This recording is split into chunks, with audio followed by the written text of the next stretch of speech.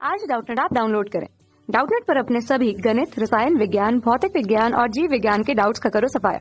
बस प्रश्न की फोटो खींचो, एक ही प्रश्न को क्रॉप करो और तुरंत वीडियो सोल्यूशन पाओ। अभी डाउनलोड करें।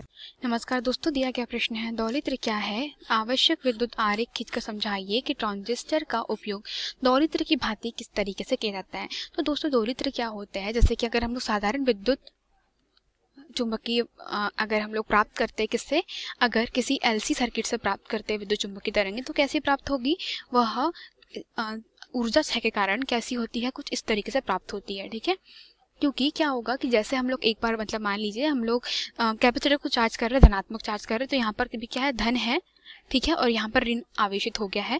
तो इसके कारण क्या होगा, यहाँ से कुछ विद्युत वाहक बल उत्पन्न होगा और एक पर्टिकुलर टाइम तक बढ़ेगा, मतलब कुछ वो यहाँ से यहाँ तक के बढ़ा। अब मान लीजिए क्या हुआ कि यहाँ पे ये जो इंडक्टर है, या कह सकती हूँ मैं कि जो मेरी कुंडली है वह कैसी होगी, उसमें विद्युत वाहक बल उत्पन्न हुआ। अब एक लिमिट तक कैपेसिटर कैसा हो जाएगा, पूरा डिस्चार्ज हो जाएगा। ठीक है, उसमें अब चार्जिंग नहीं रही।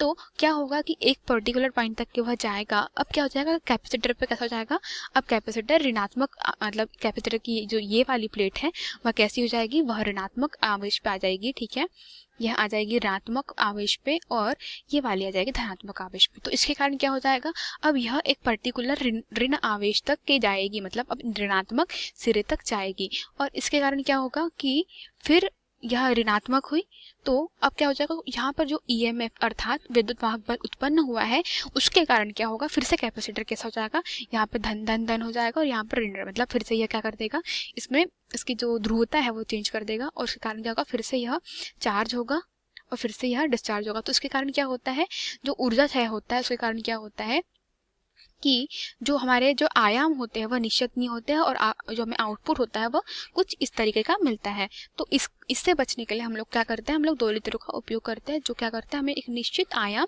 प्राप्त करवाते हैं। तो उसको हम लोग परिभाषा इस तरीके से दे सकते हैं कि दौलित्र वह युक्ति है जिसकी सहायता से क्या होता है कि बाह्य निवेशी अर्थात जैसे यहाँ पर जो वोल्टेज है उसका मान कैसे धीरे धीरे कम होते जा रहा है, तो हम लोग कह सकते हैं कि इस वोल्टेज के मान को कैसा करना है, हमको नियत करना है।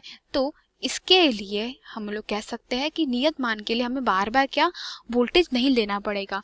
तो दौलित्र वह युक्ति है जिसकी सहायता से बिना किसी बाह्य निवेश के क्या होता है, प्रत्यावर्ती वोल्टेज लगाए बिना किसी निश्चित आवृत्ति के स्थायी, इसको हम लोग कहते हैं स्थायी विद्युत चुंबकीय दोलन प्राप्त करते हैं। ठीक है, अब मान लीजिए यह कोई दौलित्र है। ठीक है, मैं आपको दौलित्र दिखा देती हूँ। तो यह मेरा दौलित्र है।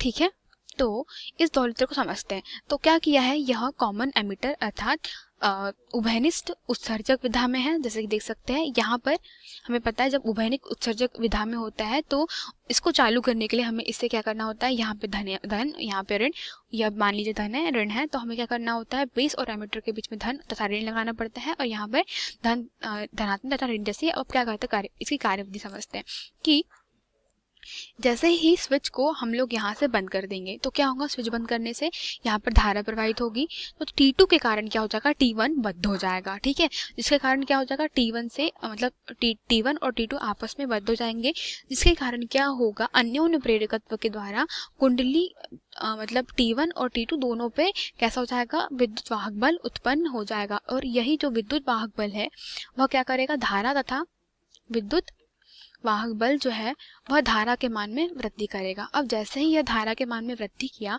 वह क्या करेगा, मतलब IC का मान भी इंक्रीज कर देगा। ठीक है, और क्या होता है कि इनके जो बीच का जो कह सकते हैं, ये अगर ये VBE है, मतलब ये मेरा बेस है, ये एमीटर है और ये क्या है, कलेक्टर है, तो इनके बीच का जो क्या है अगर अभिनत वोल्टेज है उसके मान में वृद्धि हो जाती है। तो अगर हम लोग इसको कुछ ग्राफ के माध्यम से समझे तो वह कुछ इस तरीके से जाएगा कि T1 के कारण जो चार्ज होगा, किस मतलब क्या होगा, पहले IC की धारा कैसी हो जाएगी, बढ़ जाएगी। तो क्या होगा, X से लेकर के Y तक के ये कैसा हुआ, पहले एक पॉइंट तक के चार्ज हुआ। अब क्या हो जाएगा, अब यहाँ पे वह कैपेसिटर, तो जैसे मैंने आपको बताया था कैपेसिटर की कार्यविधि, जो संधारित्र है वह पहले चार्ज होगा और फिर कैसा जाएगा, वह ऋणात्मक हो जाएगा और फिर जो यहाँ पर जो उत्पन्न विद्युत वाहक बल है वो कैपेसिटर को फिर से चार्ज करेगा।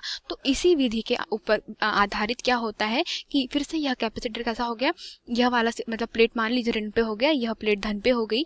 तो अब क्या होगा कि इसके कारण यह अब ऋणात्मक विद्युत वाहक बल उत्पन्न कर लेगा, जिसके कारण जो हमारी जो धारा का मान है वह कुछ इस तरीके से ऋणात्मक सिरे तक बढ़ेगा, परंतु एक पर्टिकुलर मान तक ही बढ़ेगा। ठीक है, और फिर से क्या होगा, जो T2 है वह इसको फिर से कैपेसिटर को चार्ज कर देगा, उसकी जो पोलैरिटी है अर्थात ध्रुवता है वह बदलेगा और ये हो जाएगा ऋण ऋण ऋण। इनकी ध्रुवता को बदलने के बाद क्या होगा, फिर से कैपेसिटर चार्ज हुआ, उसके कारण जो धारा का मान है, IC का मान है वो बढ़ा और इसके कारण क्या हो जाएगा, फिर से ऋणात्मक मान तक के जाएगी। तो ये किसके कारण हुआ, कैपेसिटर के कारण IC के मान में वृद्धि हुई। अब सेम इसके कारण क्या होगा, जैसे ही IC का मान बढ़ेगा वैसे ही IE का मान भी बढ़ने लगेगा। क्यों, क्योंकि देखिए हमें पता है जो बीटा बराबर से क्या होता है, del IC by del IE।